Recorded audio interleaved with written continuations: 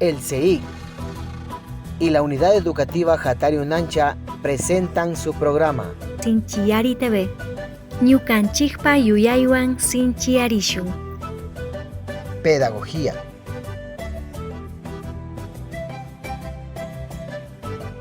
Cultura. Entrevistas. Experiencias. Diálogos. Historias. Vinculación con la comunidad. En Sinchiyari TV. Ñukanchikpa yuyaywan sinchiyarishun. Bienvenidos y bienvenidas.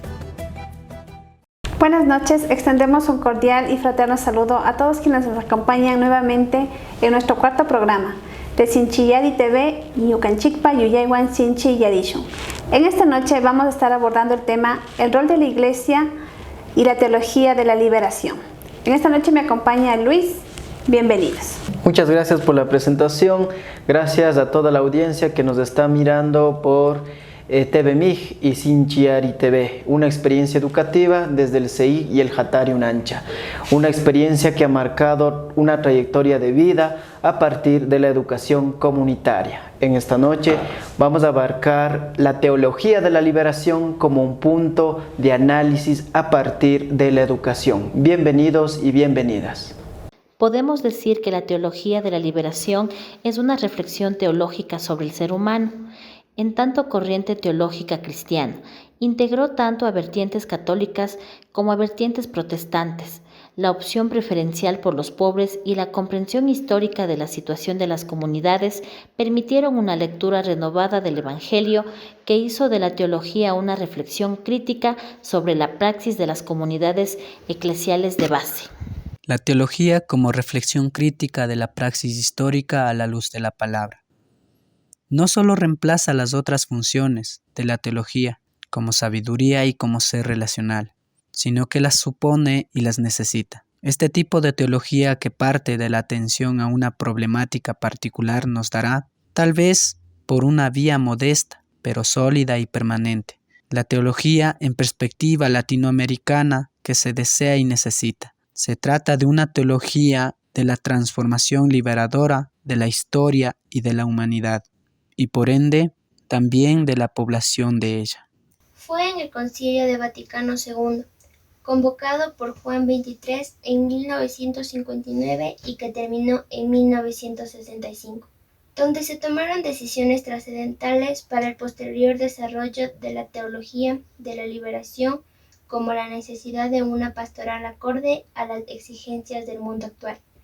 La actividad misionera de la Iglesia, el apostolado de los laicos, el ecumenismo, entre otros. No obstante, vale decir que la aspiración a la liberación, surgida de un hondo movimiento histórico, fue acogida por las comunidades cristianas como un signo de los tiempos. El mensaje bíblico que presenta la obra de Cristo como una liberación, la libertad en la que somos llamados, supone la salida de uno mismo, la quiebra en nuestro egoísmo y de toda la estructura que nos mantenga en él.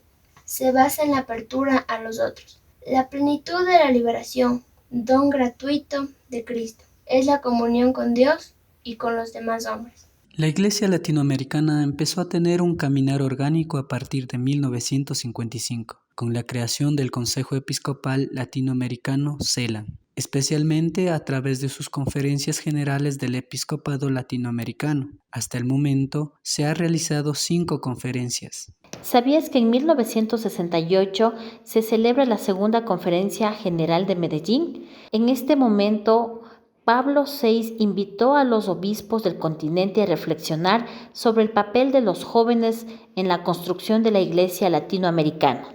La juventud es el símbolo de la Iglesia, llamada a una constante renovación de la misma. Por eso, ella se desarrolló dentro de la pastoral de conjunto, una pastoral juvenil, educando a los jóvenes desde su vida, permitiéndoles plena participación en la comunidad eclesial. A través de una pedagogía orgánica, se estimuló la formación humana integral. El método del ver, juzgar, actuar, revisar y celebrar. Actualiza el modelo que Jesús utilizó con sus discípulos.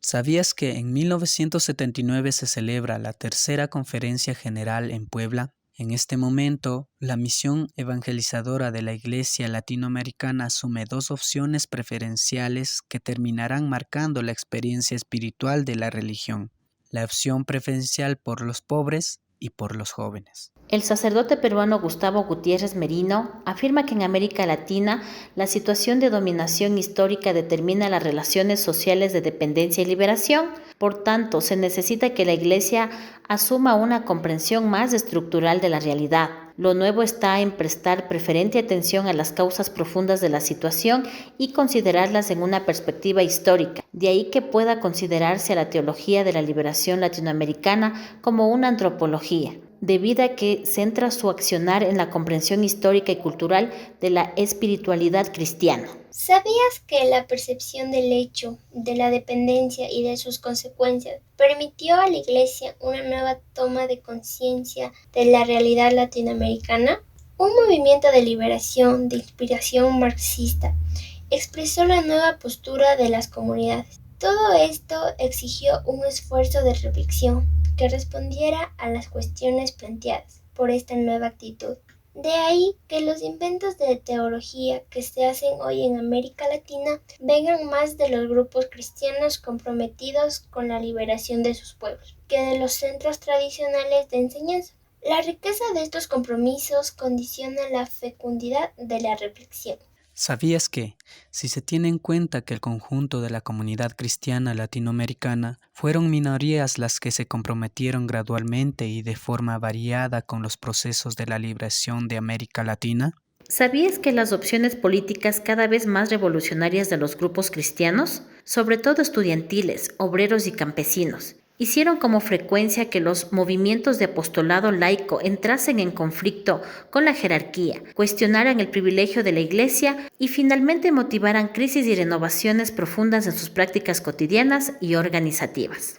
¿Sabías que la tarea profética de la Iglesia latinoamericana es constructiva y crítica y se ejerce también en medio de un proceso de cambio? Desde esta perspectiva, uno de los esfuerzos más creadores y fecundos que se han hecho en América Latina son las experiencias y trabajos de Paulo Freire, quien intentó construir una pedagogía del oprimido, a través de la acción cultural que une teoría y praxis liberadora.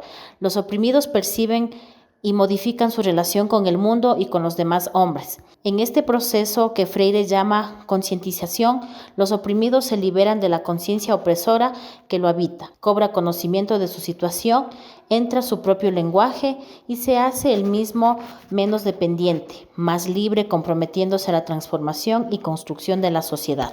En Brasil, la experiencia de la teología de la liberación estuvo fuertemente marcada por las terribles condiciones de vida en que vivían y viven miles de familias en los cinturones de miseria de sus metrópolis. Las favelas se convirtieron de esta manera en zonas de interés para el desarrollo de la tarea profética de la Iglesia latinoamericana. Entre la propuesta pedagógica de Paulo Freire y la propuesta de la teología de la liberación se encuentra la necesidad de renovación de la esperanza, como lo dijo Ernst Bloch en su obra, El principio de esperanza. El ser humano es aquel que espera, que sueña en el futuro, pero se trata de una esperanza activa, subversiva del estado de cosas actuales. La esperanza es un sueño, que se proyecta al futuro. En este video hemos podido observar cómo la teología de la liberación nos permite pensar en la teología del ser humano, es decir, de la gente que necesita y comparte desde una propia experiencia, una propia vida.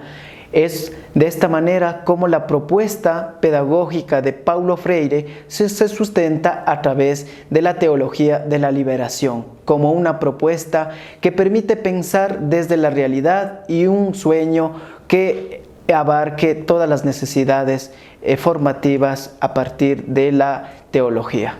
En este programa tenemos el gusto también de presentar al catedrático Boris Tovar de la Universidad Católica, en donde nos va a ampliar este tema de la teología de la liberación.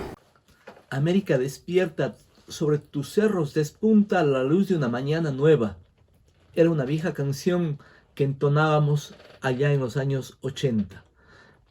Pero de alguna manera era el canto que nos hacía dar esperanza. Y esa esperanza lo había trabajado, lo había amasado la teología de la liberación. Esta teología que había nacido en los años 60, fruto del despertar de América Latina. Ese despertar que constituyó la riqueza del saberse un pueblo, de saberse una sociedad en movimiento, que produjo 3 pensamientos fundamentales para el mundo. La primera, la teoría de la dependencia del gran maestro Mauro Marini, para quien América Latina no era un continente subdesarrollado, sino era un continente marcado por la dependencia. Pero también el maestro Paulo Freire asoma en los años 60 y nos plantea y nos descubre que estamos manejados por una pedagogía de la opresión, y plantea justamente una pedagogía liberadora. En ese marco entre la teoría de dependencia, la pedagogía popular de Paulo Freire, surge y se abre paso la teología de la liberación, como un producto, como una forma de pensar nuestra realidad, esta forma de pensar desde la fe, que va a ser el gran camino que va a abrir la esperanza para mucha gente que nos movilizamos desde aquella vez.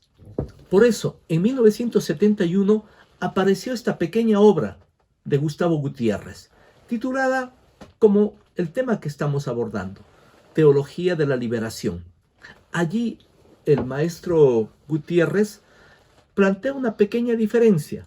Dice que la teología es el momento segundo, es el pensar desde la fe, pero que lo primordial era la fe vivida. Y por eso entonces Gustavo Gutiérrez nos dice, lo importante es mirar la vida de la iglesia, la dinámica de la iglesia, la realidad que están viviendo las comunidades. Y de esa realidad y de esa esperanza quiere ser testimonio la teología de la liberación. Diríamos que hay 3 grandes temas de la teología de la liberación. La Trinidad. Pero en primera instancia nos descubre y nos posiciona el Dios del Éxodo, el Dios de la solidaridad, el Dios que quiere que su pueblo salga de la esclavitud, se libere y reconstituya un nuevo pueblo. Ese Dios del Éxodo sin duda fue un cambio epistemológico o constituyó un giro en la conciencia de la gente, porque durante muchos años una visión de un Dios opresor, una visión de un Dios que estaba de acuerdo con las estructuras del sistema, hacía que mucha gente esté adormecida. Pero este despertar de América Latina desde los años 60, 70, hizo que nosotros, la gente, nos posicionemos y podamos decir, nuestro Dios es un Dios que camina con su pueblo, es un Dios que apuesta por la esperanza y por la dignidad de su gente. Pero hay otro tema fundamental, es el Dios de los pobres, es el Jesús de Nazaret, el rostro humano de Dios entre nosotros, es el Jesús liberador del gran maestro Leonardo Boff. Este Jesús liberador que quería recoger la práctica y las nuevas experiencias que se estaba viviendo, que se estaban dando en América Latina. Sin duda, descubrir a un Jesucristo, no tanto desde arriba, sino a Jesús desde abajo, a un Jesús plenamente humano y que hace camino con los pobres, fue otra gran ruta, otro gran aporte de reflexión que nos dio la teología de la liberación y que nos sigue dando. Y por último, en esta misma medida, el pensamiento eclesial, pero que está renovado por el Espíritu, porque la iglesia se empieza a autocomprender como una iglesia en camino, como una iglesia que acompaña a este pueblo que está pobre, pero que no ha sido empobrecido, sino que tiene ilusión y que tiene ganas de seguir caminando en perspectiva de una transformación. En este sentido, diríamos que la teología de la liberación asume unos temas clásicos. Dios, pero con adjetivo, el Dios liberador. Jesús, sí, pero el Dios con nosotros, la humanidad plena que quiere caminar solidariamente con su pueblo. Y el Espíritu, encarnado en una iglesia comprometida con la gente. También podríamos decir que esta iglesia fueron constituyéndose en iglesias vivas, en iglesias que estaban en movimiento, como nos recordar la iglesia del Chimborazo de Taita Leonidas Proaño, que abrió la ruta de un trabajo de identidad y solidaridad con los más pobres, los indígenas. Pero también, años posteriores, aparece el trabajo valioso del obispo Gonzalo López Marañón allá en Lago Agrio, que recién en este tumultuoso Lago Agrio empieza a abrir una ruta de una nueva iglesia, de esta iglesia que hace comunidad, de una iglesia que apuesta por el diálogo y por la asamblea, pero sobre todo una iglesia comprometida con los lugares de frontera, con los indígenas y con los colonos, que requerían también una nueva espiritualidad que acompañe esta dimensión de ser una iglesia misionera. También, si giramos en nuestro mapa, asoma esta pequeña provincia de la Suay, en donde apareció otro obispo profeta, Monseñor Luna Tobar, quien de alguna manera y a otro estilo constituyó y dinamizó comunidades eclesiales de base, inspirado ciertamente en Leonidas Proaño, solidarizado también con Gonzalo López Marañón, también con las iniciativas de las iglesias nuevas que aportaban en la provincia de Los Ríos, en el Cotopaxi, la tradición de los salesianos que abrió una ruta muy importante de solidaridad y compromiso con los indígenas. Fueron las que permitieron alimentar una reflexión teológica para constituir una sólida teología de la liberación. Pero podríamos decir que esta teología de la liberación, gracias a la dimensión estética, gracias a la dimensión poética, por ejemplo, en América Latina, en El Salvador, aparecieron estas imágenes, esta última cena en la que está lleno de color, porque está marcado por la esperanza de una vida nueva. Estos colores que eran pintados y que siguen pintándose allá en Nicaragua, allá en Costa Rica, allá en El Salvador, permiten que vayamos configurando un nuevo color en nuestras liturgias. Fue configurándose una nueva forma de ver la liturgia. Pero quizás lo fundamental, el canto, la música, es la espiritualidad que alimenta a la gente, es la espiritualidad que nos mantiene vivo. ¿Cómo no recordar, por ejemplo, esas canciones de Vos sos el Dios de los pobres, el Dios humano y sencillo? O aquella gran canción de nuestro profeta es Leonidas Proaño, mantener siempre atentos los oídos al grito de dolor de los demás. Y escuchar sus pedidos de socorro es solidaridad. Esa huella de una iglesia que sabe vivir su liturgia, que sabe expresar su espiritualidad en el canto, que sabe comprometerse con los más pobres, allí donde están necesitados, pero también esta iglesia que camina pensando en un horizonte transformador, esa es la huella, el testimonio que ha ido construyendo y que sigue construyendo la teología de la liberación. Y si nosotros quisiéramos hilvanar el presente y el futuro, podríamos decir que la teología de la liberación ha cobrado un nuevo rostro. Cobra rostro de mujeres, cobra rostro de indígenas, cobra rostro de luchadores ecológicos, cobra rostro de jóvenes inspirados en el gran cauce de la tradición eclesial, en la gran tradición teológica latinoamericana, están diciendo: tenemos posibilidad de tener un mañana mejor. Las mujeres sueñan con la superación del patriarcado.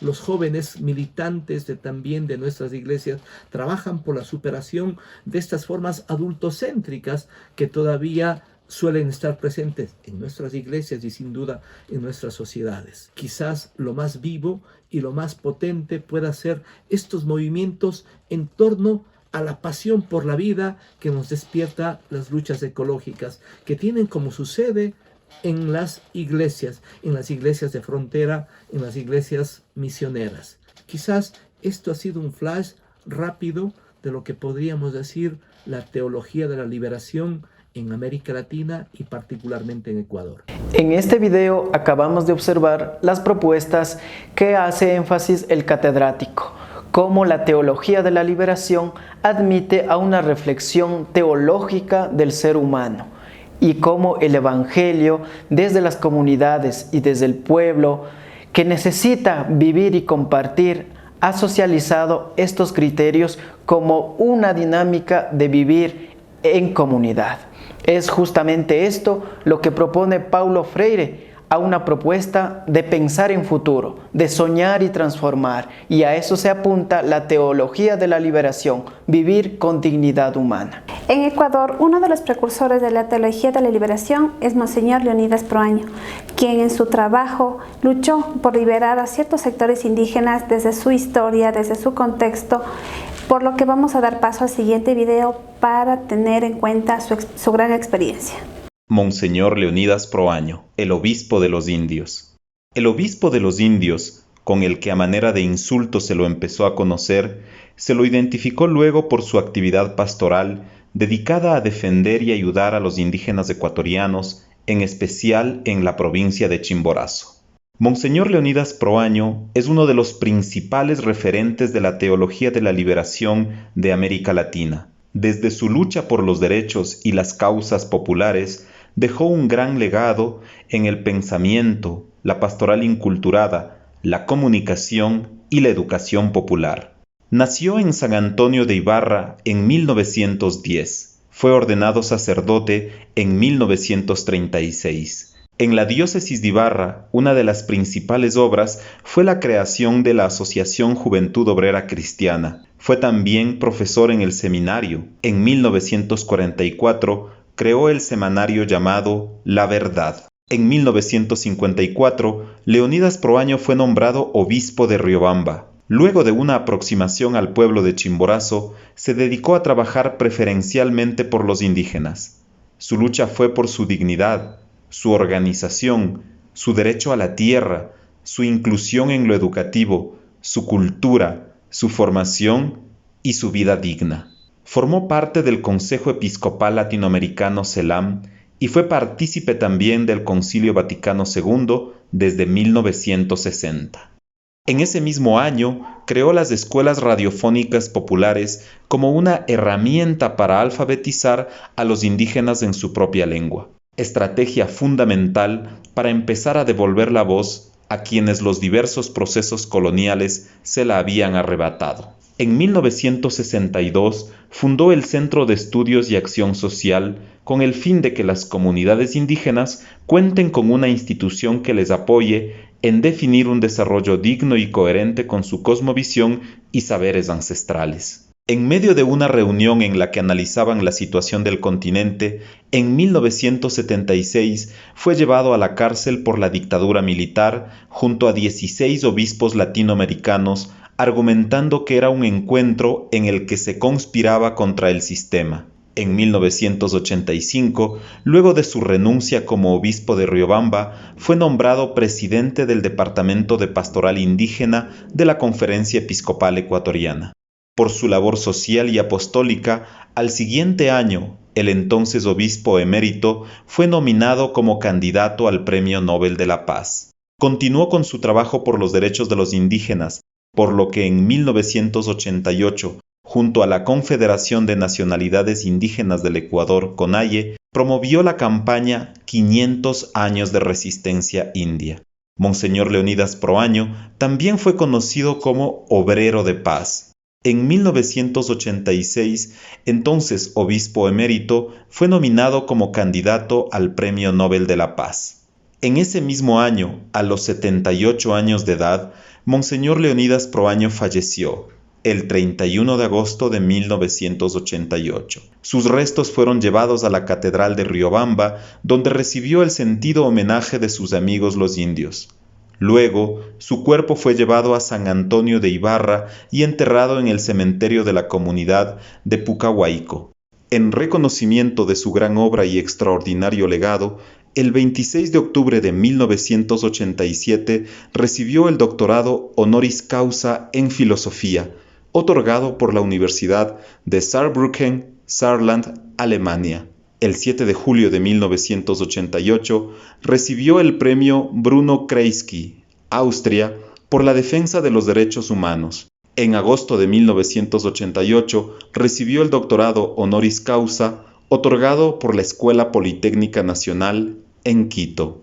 En 2008, el Pleno de la Asamblea Constituyente de Ecuador declaró al obispo de los indios y de los pobres, Monseñor Leonidas Proaño Villalba, como personaje símbolo nacional y ejemplo permanente para todas las generaciones por su lucha contra la opresión, la exclusión y la marginalidad en el Ecuador, y por total entrega a un trabajo en búsqueda de libertad, de justicia y de solidaridad como condiciones de la paz. Escribió durante toda su vida muchas obras literarias, teológicas, pastorales y políticas. Podemos mencionar textos como Rupito, en 1953, Creo en el hombre y en la comunidad, en 1977, El Evangelio subversivo, en 1977, y Concienciación, Evangelización y Política, en 1974. Monseñor Leonidas Proaño hizo un gran aporte a la educación en Ecuador. El obispo de los indios, utilizando la paz basada en la justicia como elemento de liberación, a través de la educación radiofónica difundida a través de las escuelas radiofónicas populares del Ecuador, recuperó y revitalizó la educación intercultural bilingüe en la Sierra Centro del Ecuador. Monseñor Proaño fortaleció la educación liberadora que permite a los seres humanos desarrollar su conciencia crítica y la búsqueda de la superación de sus problemas trascendiendo la concepción domesticadora de la educación tradicional, la educación que Paulo Freire denomina educación bancaria. Luchó denonadadamente hasta ver cumplida su misión de haber impulsado una educación digna para los indígenas, coherente con su cosmovisión, su cultura, sus valores y su espiritualidad. En lo pastoral, Monseñor Leonidas Proaño fundó el equipo misionero itinerante EMI, fieles al método ver, juzgar y actuar como herramienta de lectura para la transformación de la realidad. El EMI se mantiene vigente luego de 50 años de vida. Actualmente está presente a través de su pastoral popular en varias provincias del Ecuador, vinculando la fe con la acción política popular en distintos territorios. Su apoyo a los procesos organizativos propios de los pueblos indios y la formación de líderes y lideresas promovió la creación del Ecuarunari, del movimiento indígena de Chimborazo y de la CONAI. En su vida, supo conjugar la fe y la política como dos aspectos fundamentales e inseparables del accionar humano. En este camino, hizo aportes importantísimos a la comunicación popular como herramienta de difusión de la educación, que a su vez fue la estrategia para la concientización de las comunidades indígenas, cuyo proceso derivó en la recuperación de su poder histórico, que logró la organización de pueblos y nacionalidades, de su potencial político liberador y que ahora son un referente de lucha por una sociedad más humana basada en la búsqueda de la justicia. Su vida y obra lo destacan de una manera muy particular entre otros profetas de América Latina. Monseñor Proaño sigue vivo, porque vivos estamos los árboles que él sembró. En este video lo que se ha podido observar es cómo la vida de Monseñor Leonidas Proaño abre un panorama para comprender el sentido de comunidad, cuáles han sido sus panoramas del trabajo desde la iglesia y cuáles han sido las obras que de una u otra manera han sido reflejadas desde la realidad. Y es esto cómo la propuesta y su apreciación desde la iglesia ha permitido comprender todo lo que respecta la formación humana desde América Latina. Y es importante recalcar que su exposición en Medellín ha tenido mucho que ver dentro de la propuesta educativa, es decir, cómo el ser humano aprende desde la práctica real, haciendo las cosas en colectivo. Ha sido un gusto compartir este programa con todos ustedes, amigos televidentes. Agradecemos siempre su sintonía y su acompañamiento en este programa. Sin antes recalcar que esta reflexión que hemos hecho el día de hoy sirve para darnos cuenta que todo este proceso de la liberación va emancipado a una lucha de la transformación en la educación. Agradecemos su sintonía. Hasta nuestro próximo programa. Igualmente agradecerle a toda la audiencia por haber sido parte de este programa.